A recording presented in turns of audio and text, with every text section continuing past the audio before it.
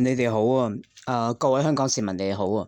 以下落嚟咧係我本人葉潤東先生，葉潤東先生同元朗警方警察嘅對話嚟噶。咁我本人咧同警察咧已經講到好清楚咧，就係我本人係唔會自殺噶。咁因為咧娛樂圈公司咧，其實喺報紙上邊咧都睇得到娛樂圈嘅人士咧就係、即係登報紙咧，幫暴力人士咧宣傳啊，即係宣傳佢哋咧係要掌管一啲嘅地方嘅。咁所以咧，而娛樂圈公司包括咗天下一電影公司同埋英皇娛樂有限公司，包括咗呢個無線電視台啦，依家有大量嘅暴力嘅電影嘅。暗殺嘅謀殺嘅電影嘅。咁而家咧就係話個情況咧就話香港嘅娛樂圈公司，包括電視台同埋天下電影公司咧、英皇娛樂公司咧，就係長時間派手下咧非法監視、非法偷拍同埋非法跟蹤我本人，而且咧我本人咧多次都係受到即係侵害啦，同埋受到恐嚇嘅。咁我已經備案嘅啦。咁所以咧依家佢一派手下咧嚟捕我嘅，係準備暗殺我。咁佢同全部嘅娛樂圈藝人咧都簽咗保密文件嘅。咁咧打算咧好可能係打算係派手下啦，派兇徒咧就係落迷魂藥咧就抌我落街咁。咁根據香港基本法咧，任何嘅市民都唔應該受到暴力嘅對待。香港嘅基本法寫到明咧，香港市民唔需要犧牲嘅，唔需要犧牲香港市民嚟去警告台灣藝人嘅，嚟到改變台灣藝人嚟去完成佢哋嘅大目標嘅。咁所以咧係好需要全香港市民咧去保護我哋，係需要全香港市民去保護我哋，免得娛樂圈嘅公司咧繼續咧就係咁樣非法啦。咁樣樣咧嚟到侵害我哋市民，或者係暴力啦、殺害我哋、暗殺我哋嘅基層市民嘅。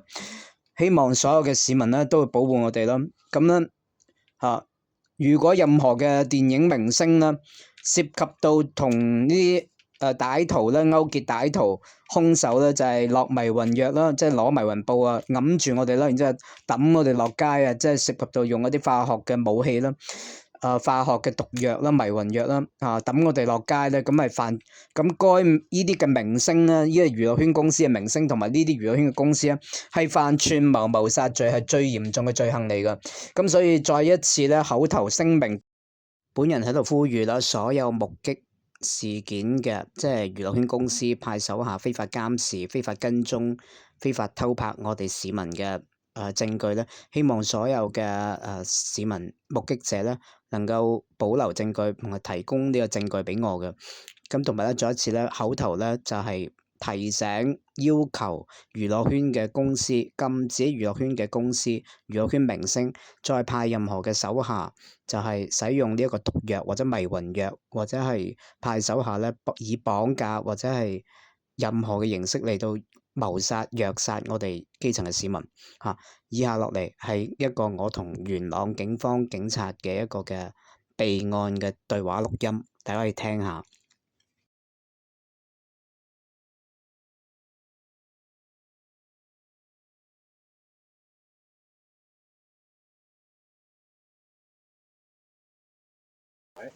我而家阿 Sir，我而家好擔心啊！前幾日咧，唔係前兩日啦，兩日前係啦，應該係前兩日啦，前兩日嚇。咁咧就有個男人咧，陌生嘅，咁咧就應該廿幾30歲到啦，應該27、8歲到啦。咁咧就好高嘅，好高嘅。咁佢好笑咧，做咩？同入邊傾阿媽唔好另外一個同事，係唔緊要，一齊喺度講嚇。我就話有一個即係有陌生嘅人啦，應該28歲到啦，佢我或到30歲到咯。咁咧就陌生嘅，好少見佢出現嘅。咁咧佢就喺呢一層個 lift 嗰度等我。係喺度等你係。我唔即係佢等佢扮緊即係望電話咁樣。咁樣我見佢咧就，因為我嗰陣時咧就喺14樓，就上一層啦，諗住上15樓。咁我見到有人喺度，好似喺度仆我。咁咧就我就都擔心，咁所以咧我就企咗喺14樓嗰個中間嗰層嗰度，咁咧就企咗一陣間，然之後咧就咁嗰一段時間咧，佢突然間行落嚟喎，佢就行落嚟咯喎，即係我都覺得有啲唔係好對路啊！我見到佢行落嚟，咁我就行，咁我就即刻就快啲就行落去13樓，我就行落去13樓。咁嗱，我唔會自殺㗎。咁咧就我就依家就好擔心，因為佢唔係第一次啊，因為佢喺15樓咧就落嚟14樓，跟住我見到14樓咧，佢仲想落去13樓喎，咁樣樣嘅。咁我唔知佢係咪想攞啲迷魂嘢出嚟整暈我。係。咁然之後我就嗱一聲就即係行落13樓，跟住我見到佢係好似追緊落嚟。咁13樓，然之後我就一路行，一路落12樓、11樓咁樣，一路落，一路行樓梯咁樣落到地下，跟住再翻上嚟咁樣。咁佢就離開咗。咁咧就唔係第一次啦，即係唔係第一次咧，有人喺度仆我嘅。咁咧一路咧，其實咧都有人咧，即係喺15樓我哋呢一層咧，15樓就係嗰個位啊，即係嗰個樓梯個位咧，即係嗰邊嗰個欄杆嗰度嗰個位咧。咁咧就一路咧都有啲人喺度食煙啊，成日喺度食煙嘅，咁樣嘅。咁啊唔係第一次噶啦。咁有一次咧就呢樣嘢可唔可以報警咧？就係備案都唔得嘅。咁咧就係呢個發生喺2024年咧1月咧，又係咁樣。2024年2024阿 Sir 嗱，2024年嘅1月份，1月應該大概幾多號咧？大概係9號到咯，到10號，係啦，冇錯。我有，我哋有。喺2024年嘅1月就9號到10號度，咁咧就咧突然之間有一個南亞裔嘅身高咧大概係1.5米幾度啦，咁樣嘅，唔係好高嘅。咁咧突然之間咧，佢真係喺度徘徊啦，佢係送外賣嘅，啲陌生人啦。咁我提高警覺，咁我行前嗰幾個單位，即係我隔離屋啦。咁咧突然之間見到佢咧，慢慢開始行近我。佢慢慢行近我，嗰個送外賣慢慢行近我南亞裔嘅，佢突然之間行好近喎，即係佢好似好想突然之間想攞啲嘢出嚟咁樣。咁我已經翻到屋企啦，即係我已經喺屋企門口啦，我已經插咗佢鎖匙。咁我就一開門，咁我開門，我喝住佢講：你想做咩？咁樣，即係我鬧佢啦，你想做咩？咁樣，我見到佢已經想向前噶啦，佢已經係行前靠近我啦。我唔知佢究竟係咪想攞啲迷魂藥，會唔會係攞啲迷魂藥布咁樣咧？你知唔知道咧？我唔知呢個。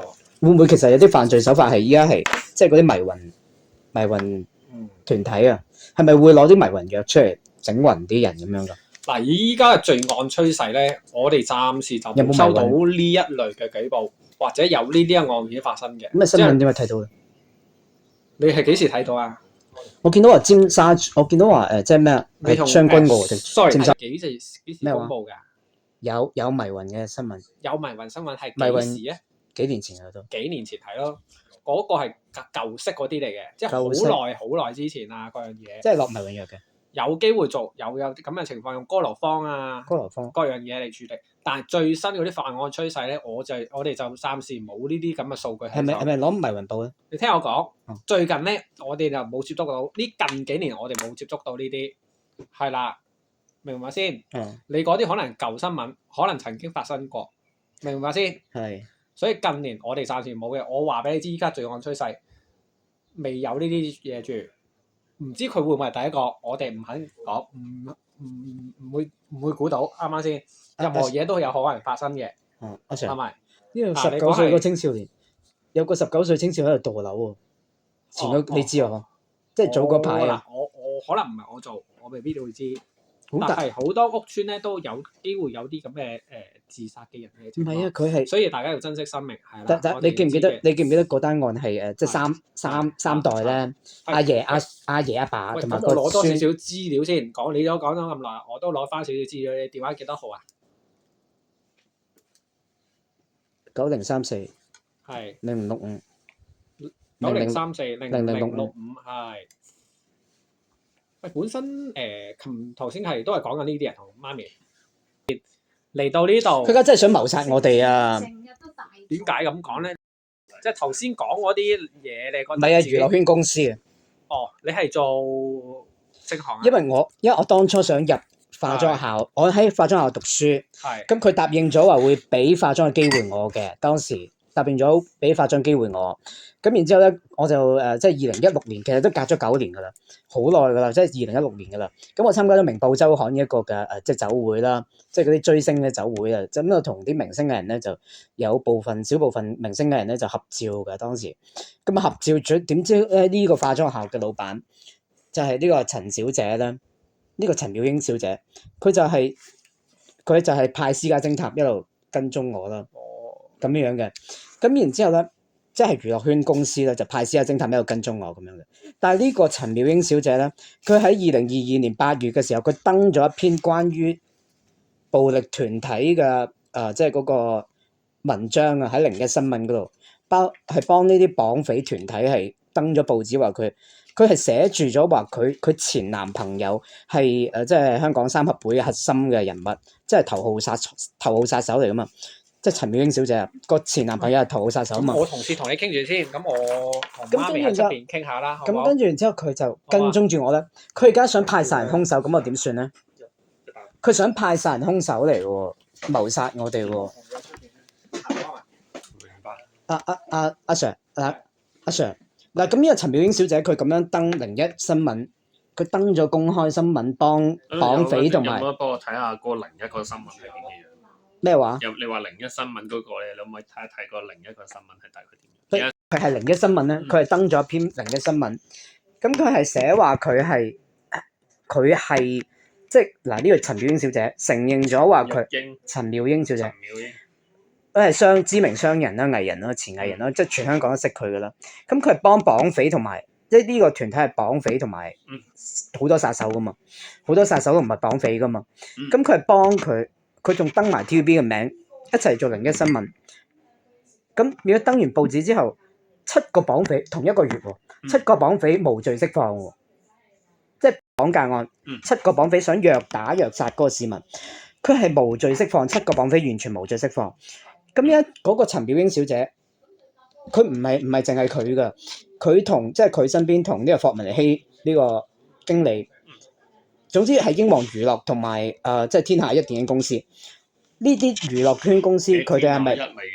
古天樂嗰間。係啦，冇錯啦。咁其實嗱，古天樂先生本身都係有去拍呢啲黑社會嘅電影噶嘛，一路嗱，其實佢哋自己都登咗報紙噶啦，佢都登報紙，即係娛樂圈同嗰個黑社會嘅關係係咪？咁佢依家係又拍咗套暗殺風暴喎，暗殺喎，咁搞唔大件事咪係暗殺咯，係咪？咁佢依家係想派殺人兇手嚟謀殺我，咁點算啊？明白。咁但係嗱，咁因為依家娛樂圈裏邊有藝人啦，有藝人都死咗啦，即係無啦啦墮樓，佢屋企人話唔相信佢係自殺嘅。咁但係又揾唔到證據證明係邊個謀殺過，咁點算啊？哇！墮樓唔係一單喎，好多即係應該係幾單噶啦。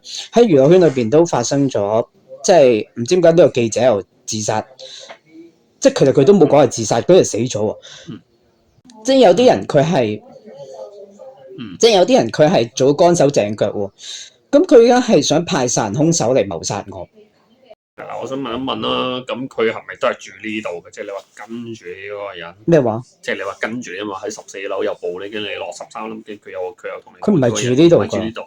嗱，好似係陌生人嚟。嗱，第一個如果咁嘅情況啦，即係可能你哋就會同即係保安大廈啦，即係拗咗一番，因為我見樓下個保安大廈，我入嚟嗰陣時，其實佢都冇即刻撳掣嘅，即係喺度養咧，佢都唔理我。咁如果佢攞迷魂藥出嚟，咁點算啊？好快攞迷魂藥出嚟。唔係個保安喺入邊㗎嘛，即係第一個迷魂個保安係其他人已經壓略到成件事，即係我叫其他人已經注意到成件事，都未咁快上到嚟。即係佢就算逐個迷魂，真係去到咁高超技術，佢都冇辦法可以即刻上嚟。即係當中都已經有其他。唔係個保安員喺地下啊嘛，我喺15樓，佢都冇法講得上嚟㗎嘛。佢要喺下邊入到大廈先㗎嘛，佢唔會擒到喺大廈外邊㗎嘛。呢度啲大廈外邊好鬼死多倒刺嘅，其實。佢會唔會係一早喺度等我哋㗎？唔係，佢都要食飯㗎嘛，佢都要生活，佢都要瞓覺㗎嘛。咁即係佢又離開啦。咁其實最主要都係壓略翻，可能話喂保安注意下，唔好俾啲陌生人。咁啊，做翻正常嘅嘢咯，即係所謂嘅出入要登記啊嗰啲咁樣，都會知道噶嘛，都會留意到噶嘛，係咪？嗱咁樣講咗聲先啦。佢有好多手下，因為佢哋嗯嗱呢個陳妙英小姐，佢已經佢真係幫綁匪啦，唔係嗱，佢自己登報紙啦，登報紙出嚟宣稱佢哋係要掌管香港灣仔一帶，咁但係你梗係派殺人兇手嚟喎。佢係真係買兇殺人，佢好大膽喎！而家做，應該有啲人係咪？如果係嗱，如果即係去禁，可唔可以法律禁止佢哋公司派殺手嚟咧？得唔得嘅咧？首先你要有即係相關嘅證明先啦。即係如果你講到係啦，即係如果你講到佢咁低調行事，喺啲咁空泛嘅情況，就算你上到即係嘅話，真係可能你上法庭，咁法庭都有話。但係依家係其他市民幫我保留咗證據，係佢哋一路跟蹤我啊嘛。咁呢個可唔可以作為證據咧？咁但係其他市民嘅證據係例如啲咩咧？即其他人幫你保留咗嘛，但係其他人係影片錄音嘅啫。咁樣啊？其實楊受成博士喺90年代都涉及到一宗非法禁錮啦，同埋刑事恐嚇嘅案嘅。只不過女受害人咧，佢就冇出庭，所以就撤銷咗佢嘅控罪。咁但係佢2001年嘅時候，佢都派咗幾個嘅暴力分子，就係襲擊同埋掌摑梁思浩先生㗎嘛，當時都上晒報紙嘅。咁同埋佢哋嘅藝人咧，即係謝霆鋒先生咧，都係2002年咧就涉嫌就係妨礙司法公正咧，當時佢係入獄添。咁呢個都係大新聞啦，因為藝人妨礙司法公正、隱藏證據同埋咧揾人頂包罪案啊，可唔可以上法庭告佢咧？咁但係你又要去諮詢下律師嘅意見啊。即係如果你想做，即係如果去到呢啲有少少含糊，冇辦法話喂一上庭一定贏硬嘅，咁你就要問一問啲律師攞個意見。佢係明星嚟喎嗱，古天樂先生啦，呢個楊受成博士，呢個楊受成博士喺阿 Sir 警察先生你好嗱，呢個楊受成博士其實佢喺1981年都犯妨礙司法公正喎。咁如果佢派人跟蹤我，如果派人謀殺我嘅，咁但係如果佢簽咗保密協議、簽咗保密文件，去即係冚住嗰件事啊，咁啊又再犯妨礙司法公正咯。我哋咁樣諗啦，我哋都係一單還一單，即係我哋就係處咗你呢單先。至於佢究竟即係你講話佢俾咗錢啊，或者揞住其他人啊，保密協議嗰啲咧，其他情況噶啦。即係我哋集中咗一單先。即係好似呢個歌手個家人死咗，跌樓跌咗個街死咗，咁又揾唔到證據喎，係咪其實自己又揾唔到證據嘅，即係證明唔到佢細佬係俾人謀殺嘅係咪？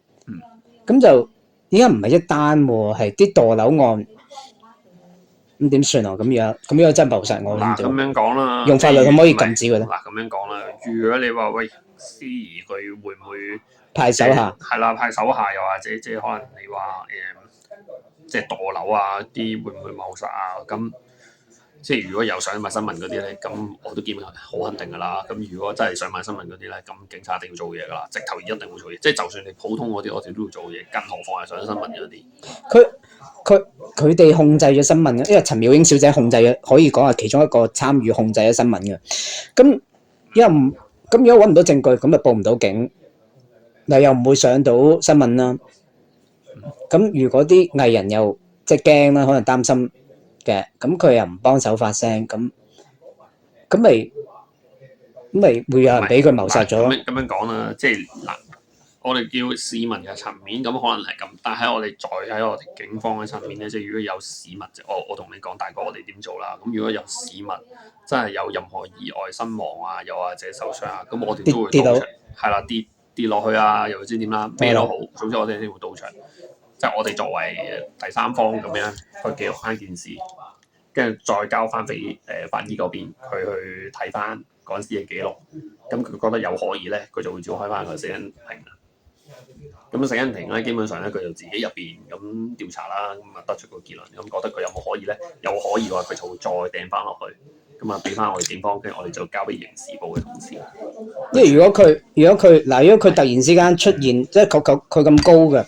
因為有幾個死者，有幾個死者身高好高啊！嗱，劉俊剛1.8米啦，呢個嗰個舞台男演員咧，又係1.7幾1.8米嘅，佢咁高都死咗啦。哇！嗱咁樣講啦，生得高同會唔會俾人謀殺有少少牽強嚇，因為生得高都會俾人謀殺噶嘛。係啦，即係唔好話生得高生得矮啦，即係如果你佢真係去到咁惡劣嗰種諗法嗰種情況嘅話，其實就算應該係咁講啦，只要係人咧都有機會俾人謀殺。係啦，咁你講都不分高矮啦，不分高矮啊，係啊，有錢人都俾人謀殺。係啦，咁我揾唔到證據喎，死無對證嗱咁喎。樣講啊，即係如果佢哋真係已經好似你咁講啦，即係上咗新聞啦，咁啊即係墮樓啦，有少少啦，俾人即係謀殺啦嗰啲咩，即係正常咁講啦。咁但係因為咧，如果真係我就算真係咁講啦，真係已經查咗啦，咁可能有刑事成分。咁但係即係都係嗰句啦。咁啊，可能電視劇都係冇講錯嘅。咁啊，案件真係調查緊嘅話咧，咁就算我呢啲咁嘅得個 number 嗰啲，我都唔可以睇嘅，我都唔知道佢哋查到咩地步。咁因為佢第一有證據咧，就話佢真係派手下跟蹤我。咁呢個係咪證據咧？可唔可以上到法庭啊？即係如果有啲咩事，唔係咁，因為你真係上到法庭，我哋都要睇翻你所講嘅佢跟住你。佢咁樣長期派手下跟蹤，算唔算係刑事罪咧？係咪會唔會遊蕩罪咧？嗱咁樣講啦，係咪遊蕩罪？嗱咁樣講啦，如果你話遊蕩，有可能唔清楚，因為第一遊蕩其中一個好緊要嘅原因，呢一度咧屬唔屬於一個公眾範圍？咁啊難咗少少，因為我入嚟都唔係一個公眾範圍，即係我入嚟嗰陣時都要以我警察嘅身份，即係有少少屬於私人。唔係，即係如果佢長期派手下跟蹤我，都係長期喎，咁仲拍攝我喎。佢哋已經係派手下咧，就係非法監視啦，同埋非法偷拍我大小便啦，同埋我即係全裸我家人全裸沖涼嘅影片啦，咁發布咗喺群組入邊，咁就係以不道德目的唆使他人罪，串謀嘅非法拍攝我哋，即係犯刑事罪行條例嘅窺淫罪，侵害咗我哋嘅權益，市民嘅權益，非法偷拍咗我哋全裸同埋嘅影片，仲發布出嚟，咁就係一個恐嚇同埋侮辱嘅目的啦，嘲笑嘅目的啦，咁同埋非法製作性影像為目的嘅拍攝呢個嘅性影像啦。香港咧就冇肖像權呢樣嘢嘅，咁但係如果咧佢影咗嚟，即係基本上咧，就算佢拍攝我係我咁樣講啦，就算好似我哋呢啲咁，我哋執法啦，我哋執法即係我日常生活例子啦，我哋做一啲即係都唔係咁好嘅，即係我自己覺得，即係純粹我自己咁講啫。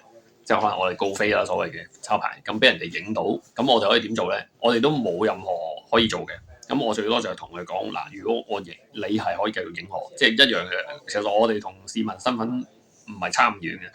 如果我俾佢哋影到，我都係同佢講，喂，你可以繼續影，我唔阻止嘅，真係冇，我哋冇任何一條法例，就算我公職人員、警察，我都冇任何一條法例可以阻止佢影我，但係我都會同佢講，喂，你影我可以，但係如果你擺我上網嘅話咧，咁我就可以用民事索償去索取翻我嘅損失，因為你亂咁將我擺上網，就係咁樣啫。即係呢個就係香港法律只能夠保障到，就算我係警察，我都只能咁做。即係我身份同佢派手下嗱，我喺即係呢個2023年5月4月嗰陣時就被恐嚇咗喎。我喺男廁度，我俾人騷擾，俾人哋恐嚇喎，即係佢突然間貼近我，恐嚇我，又揾唔到，因為走得好快，又揾唔到證據。嗰陣時有冇報啊？有冇備案咯？5月嘅時候備案，咁點算啊？咁嗱咁樣講啦，佢已經派咗人嚟恐嚇我噶咯喎。唔係嗱咁樣講啦，因為即係就算我哋真係要做嘢都好，即係我哋都要有即係有少少嘅實質證據先可以做到嘢。如果唔係咧，即係個市民真係好似咁講啦。因為就算你話喂佢恐嚇我嗰刻，即係我哋唔係親身喺現場，我哋都睇唔到成個過程。即係好似其他市民同我哋講，喂，阿 Sir 佢恐嚇我，即係因為咧，就算我信你，但係我老細唔信我，即係佢都會問我，喂，咁你見唔見到人啊？我哋話見唔到，咁我哋又冇辦法畫到佢張圖，又冇辦法話喂佢大概喺邊度出沒。我哋最多就係話嗰度多啲行咯，行多啲嗰度咯，巡邏多啲咯，就係咁嘅。咁但係如果你話呢度陌生人嘅話，你真係能夠做嘅就係首先啦，保安嗰度，即係樓下保安啦。我可唔可以請求佢咩㗎？可唔可以即係保安員可唔可以陪我翻嚟咁得㗎？咁正常佢哋就唔會做呢樣嘢嘅。首先啦，因為呢度真係一個私人範圍。咁如果你呢度啦，你見到有陌生人，又或者你上嚟嗰陣時見到陌生人，即刻落翻去同保安講咯。其實佢哋其實因為佢第一啦，你無啦啦行過去同佢講喂，你佢討論過謀殺我喎，即係話係啊。唔係嗱咁樣講啦，即係我答翻你啱啱嗰個問題先啦。即係如果你話喂有陌生人見到佢又話咩謀殺，又或者要陷害你，即刻落翻去保安嗰邊，跟住講話有陌生人跟住因為你同個保安講，佢即刻可以見到噶嘛。呢個人係咪住呢度嘅？唔係住呢度嘅就要做嘢噶啦，係咪先？即係可能佢放咗啲人入嚟，又或者佢探親戚咩都好，總之佢落翻嚟得幾個出口啫嘛，個個出口都有個咩噶嘛。咁以前其實係咪阿 Sir 以前係咪有迷魂藥，即係整暈咗市民嘅？係咪真係有啲咁嘅手法？即係嗰啲歹徒即係你嗰啲可能有啦。有嘅，以前係有嘅，即係落迷魂藥嘅。藥物成分呢啲嚇，係咪好快會暈低咁樣個？咁啊唔清楚㗎啦。我都唔清楚啊！呢個我冇呢個醫學嘅研究。咁咧電視劇係即係佢攞啊嘛，電視劇人識飛添，係咪？唔係電視劇，佢係攞塊迷魂布出嚟喎。即係佢攞塊迷魂布出嚟迷暈咗受害者，咁係咪現實？即係其實係咪真係有啲咁嘅案件？嗱，我現實咧都同你講啦，最近我哋係冇呢啲嘅案例喺手，亦都冇呢個趨勢喺手嘅。你話以前我就冇接觸過，明白先？冇接觸。喺我當差以嚟，我都未接觸過。OK， 嗱，19歲嗰個青少年喺度，我哋嗰棟樓嗰度墮樓喎。係咁，你係咪列作自殺案？又係點解你覺得會係一個謀殺案先嗰單？佢阿爸同埋佢阿貴爺都係俾人謀殺嘅，已經確定咗啦。即係之前所以佢開咗記者會啊嘛。跟住佢又俾人自殺，咩不停咁謀殺佢係嘛？即係嗰個孫啊，即係個孫啊，19歲嗰個青少年啊，謀殺完佢阿爸，謀殺完佢阿爺。佢當時係想嗱，嗰19歲青少年，佢當時係想報警噶嘛。佢當時想報警，點知佢第二日就墮樓，咁係咪好有可疑？係都係可能，好有可能，你唔能夠排除都係謀殺嘅可能噶嘛？係咪？呢啲嘢我哋有人死亡嘅嘢，我哋都會循住謀殺案嘅方面去處理嘅，去着手去調查嘅。但係調查完翻嚟咧，係會有個結果。有冇公佈嘅結果俾你知？好似話列作自殺案。咁咪我哋調查完咪一個自殺案咯，因為冇其他嘅情況，即係冇證據證明係謀殺係嘛？咁我哋冇證據證明，亦都唔會傾向係自殺案，我哋咪列作自殺案咯。即係你唔信，你又信？你又信佢真係俾人謀殺咗咪好咩咯？咁我哋調查過噶嘛，我哋唔會貿然列作一個自殺案噶嘛。我哋有好多個證據證明翻呢樣一個自殺案噶嘛。佢哋嗰套電影叫，例如有啲遺囑啊、遺書啊，或者嗰啲影片啊，話俾自己話係自己想自殺啊，或者自己瀏覽啲自殺嘅影片啊，呢啲咪一個證據係一個自殺嘅傾向證據咯。或者佢本身有精神病嘅，有抑鬱底嘅，有自殘傾向嘅。咁有抑鬱症唔代表係會自殺嘅喎，唔一定嘅喎。唔一定啊，但佢有傷害自己嘅情況，我哋有可能咯。我哋可能有啲記錄，咁啊咁多情況堆砌起嚟，我哋咪覺得佢係咯。咁你呢啲如果都唔係，你又都覺得佢係謀殺嘅話，咁我哋其實揾唔到證據證明佢係沒完沒了嘅咯，沒完沒了。即係冇證據揾唔到證據證明就算有個人謀殺嘅。如果有個人見住嗰條友自己衝落樓、跳落樓，你都覺得唔係有自殺嘅話，其實冇得拗㗎呢啲嘢，因為你自己已經第一感覺，你已經覺得係一個他殺啊嘛。你全部循序啲證據，你都自己循住一個他殺嘅方向去處理啊嘛。你自己諗係咪先？你自己冷靜啲先，唔好咁焦慮，好冇？唔好咁焦慮。呢個世界其實好美好嘅，唔好成日睇啲咁負面嘅嘢。你個人好焦慮，我頭先完全聽到你有啲咁嘅情況。你係需要有啲愛，你有需要有啲愛力嚟幫你，係將你拉翻嚟。有咩？係咪先？佢自己都已經嗱，我唔好講你嗰個案例，我唔知道，我唔知手上我唔係處理呢單 case 嘅人，我亦都冇權力話俾你知呢單係咩 case。只係我同事查到呢單係一個自殺案啫。佢個封面都寫咗佢自己係頭號殺手啦。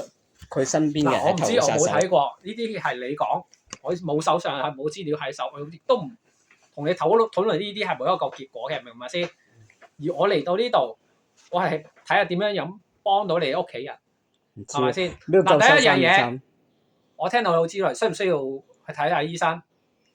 舒緩翻自己，或者揾心理科醫生同你了解下，同你傾下唔係呢方偈。面，你又唔係覺得呢方面？有冇啲即係依家啲人有冇啲案例都係抌你聽我講，我話依落家你街可以做嘅嘢啊嘛。我聽到你好焦慮啊，你任何嘢咧都會諗好多嘢，喂睇好多啲負面嘅嘢，你令到自己好焦慮。你自己放鬆啲先，你可以做嘅嘢。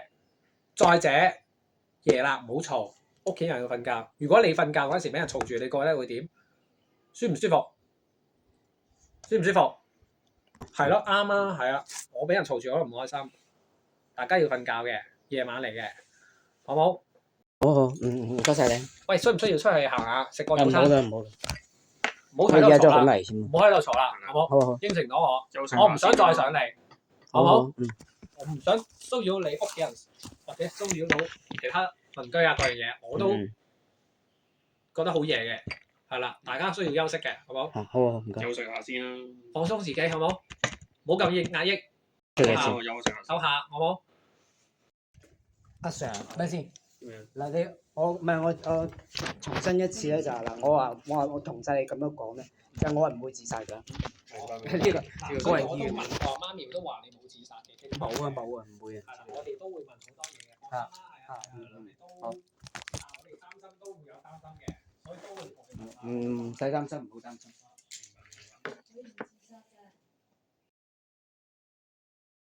你係捉埋人條女就嫁禍俾條靚，呢單嘢唔爆鑊有事好啊！一爆鑊出嚟啊，人哋會話我啊，包庇啲細佬啊，做埋啲嗱喳嘢。阿打你淡定啦，我哋實會做得乾乾淨淨。你而家出嚟行咗幾條鬥手快，啱唔啱先？你駁嘴係最叻。唉，唔好嬲住啦，我兩個唔做都做咗咯。係10月18號生日嘅，細佬出事係10月16號。咁10月18號我哋係 book 晒去海洋公園同細佬行山玩機動遊戲，全家人喺10月1號 book 晒飛，係好期待18號一家人就媽咪同叔叔，即係媽咪個男朋友同埋我同細佬諗住4個，一家人由10月頭期待到10月18。嗰日我仲記得嗰朝早我瞓得特別晏，好攰，咁我就起身喺雪櫃度學生送咗個生日蛋糕俾我，咁我就捧個生日蛋糕出嚟，仲好開心咁諗住食一件，跟住就媽咪突然間打俾我，一收到電話媽咪尖叫失控，就話你細佬死咗啊，跳樓。嗰一個反差係我人生嗰個係一個陰影嚟嘅，因為嗰個對比太大。冇諗過嗰個係我細佬啊！我話你有冇搞錯咗啊？咁我坐喺梳化，因為我哋唔係一齊住嘅。我坐喺梳化，我唔夠膽出門口，因為啲警察嚟晒我屋企啦。我阿媽癲咗，失控，我接受唔到，因為冇先兆啊成件事，同埋個反差太大，冇可能細佬冇可能佢知2日後家姐生日，係咁多年20幾年都一齊慶祝嘅，真係。我隔咗1個鐘頭，我先夠膽翻去我自己屋企啦。咁我都叫我以前個經理人陪我，因為我唔夠膽上樓，我唔夠膽去面對呢一件事。我好驚，我見到成個畫面，我會崩潰啊！